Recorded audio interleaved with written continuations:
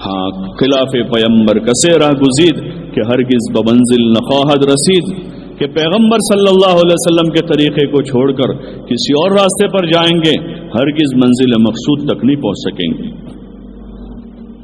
ہاں گھر جو ہے وہ سونے چاندی سے اور برتنوں سے اور لکڑے لوہے کے فرنیچروں سے گھر آباد نہیں ہوتے، اس کے چکر میں زیادہ نہ پڑیں۔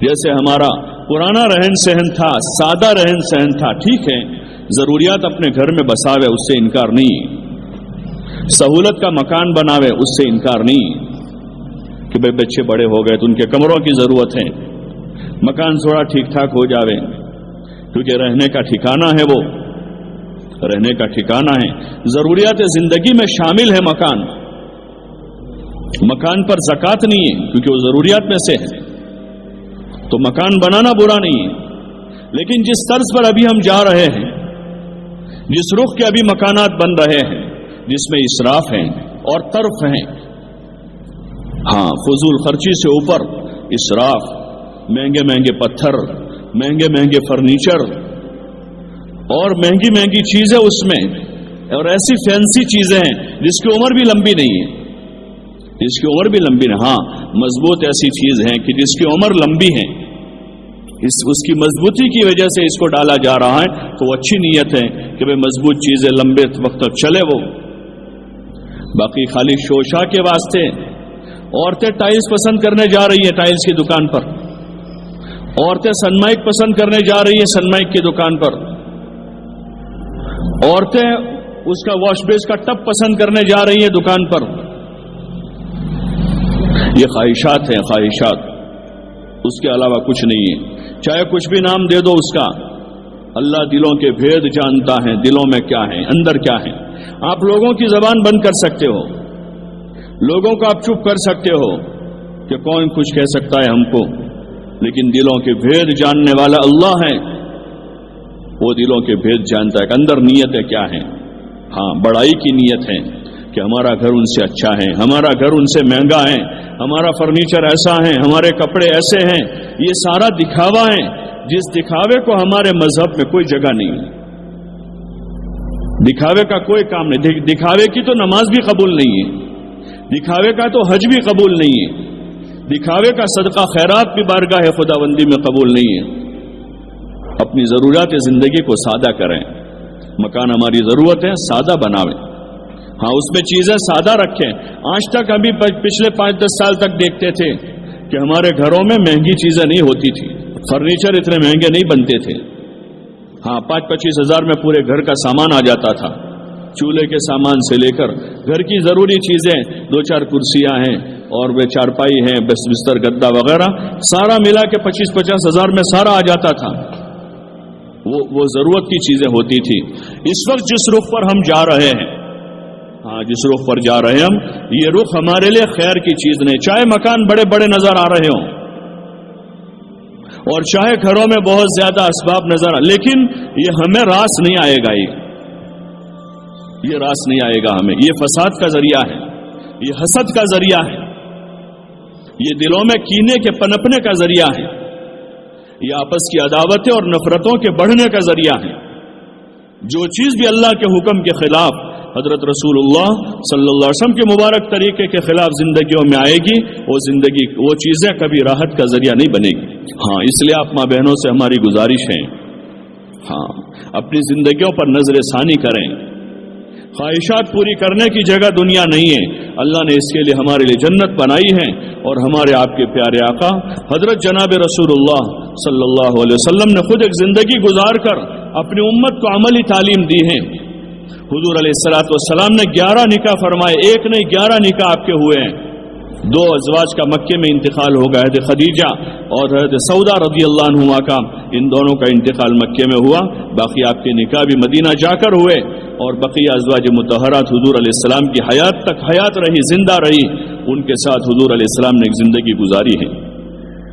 وہ امت کی عورتوں کے لیے نمونہ ہے، آپ نے سادگی کے ساتھ نکاح کیے ہیں، آپ نے شور شرابہ نہیں کیا، آپ نے سادگی کے ساتھ نکاح کا نکاح سکھایا ہے کہ نکاح جو ہے وہ تو عبادت ہے، عبادت میں شور شرابے نہیں ہوتے ہیں، عبادت میں تماشے نہیں ہوتے ہیں، عبادت میں ڈھول باجے نہیں ہوتے ہیں. جیسے نماز پڑھتے ہیں تو کتنے سکون و وقار کے ساتھ وضو کر کے اچھے صاف کپڑے پہن کے صاف ستھرا مصلی بچھا کر گھر کے کونے میں نماز پڑھ لیتے ہیں. مرد لوگ روزانہ 5 وقت مسجد نماز کے لیے جاتے ہیں، کوئی ڈھول باجے تماشے نہیں کرتا، کوئی ویڈیو نہیں کرتا نماز کا، کہ نماز عبادت ہے. ایسے نکاح عبادت ہے، نکاح ہمارے مذہب میں عبادت ہے، بڑی عبادت ہے. نکاح کو آدھا ایمان کہاں ہے؟ نکاح سارے نبیوں کی سنت ہے، اور ہمارے خصوصاً ہمارے آقا حضرت امام الانبیاء والمرسلین حضرت محمد صلی اللہ علیہ وسلم کی بھی سنت ہے. آپ نے 11 نکاح فرمائے ہیں. ہاں، اور آپ کے گھر میں آنے والیاں بڑے بڑے باپ کی بیٹیاں تھیں. حضرت ام حبیبہ مکہ کے چودھری کی بیٹی تھی، حضرت حفصہ عمر ابن خطاب کی بیٹی تھی، حضرت عائشہ ابوبکر صدیق کی بیٹی تھی، حضرت صفیہ وہ یہود کے بڑے خاندان کے بڑے سردار کی بیٹی تھی. ایک سے بڑھ کر ایک خاندانوں میں آپ کے نکاح ہوئے، اور غریب خاندانوں میں بھی آپ کے نکاح ہوئے ہیں، لیکن آپ کے کسی نکاح میں اس طرح کی فضول خرچی اور اسراف نہیں ہوا ہے. آپ نے اپنی امت کو تعلیم دی ہے. ان بڑے باپ کی بڑی بیٹیوں کے نکاح ہو گئے، اس میں خرافات نہیں ہوئے، اس میں ویڈیو نہیں ہوا، اس میں اس طرح سے ناچنا کودنا نہیں ہوا ہے. ہاں، اللہ کے رسول کے دشمنوں کی شادیوں میں چیزیں ہوئی ہیں، اور آج بھی ہو رہی ہیں. خدا کے نافرمان اور حضور صلی اللہ علیہ وسلم کے دشمن ان چیزوں کو دنیا میں فروغ دے رہے ہیں، ناچ گان کو، بے حیائی بے شرمی کو. حضور علیہ السلام فرما رہے ہیں کہ میں تو دنیا سے ناچ گان کو ختم کرنے کے لیے آیا ہوں، اور ہمارے مذہب میں سنگیت کو حرام کر دیا گیا. آپ نے فرمایا جو لوگ دنیا میں سنگیت سنیں گے، قیامت کے دن ان کے کانوں میں پگھلا ہوا سیسا ڈالا جائے گا. اور ایک موقع پر آپ نے فرمایا کہ یہ جو سنگیت ہے، سنگیت اور موسیقی، وہ دل میں نفاق کی کھیتی کرتا ہے. جیسے بارش کا پانی برس کر زمین پر ہریالی ہو جاتی اور کھیتی ہو جاتی ہے، ایسے سنگیت سے دلوں پر نفاق اگتا ہے. حضور علیہ السلام نے سادگی کا سبق دیا. اپنی بیٹی امام الانبیاء والمرسلین کی بیٹی ہیں، جنت کی عورتوں کی سردار حضرت حسن و حسین کی ماں، ان کا نکاح حضور علیہ السلام نے کیا. حضرت علی رضی اللہ تعالیٰ عنہ سے. حضرت علی رضی اللہ عنہ فقیر آدمی تھے، ان کے پاس کچھ زیادہ مال دولت نہیں، اپنی شادی کے نکاح میں مہر دینے کی رقم نہیں تھی.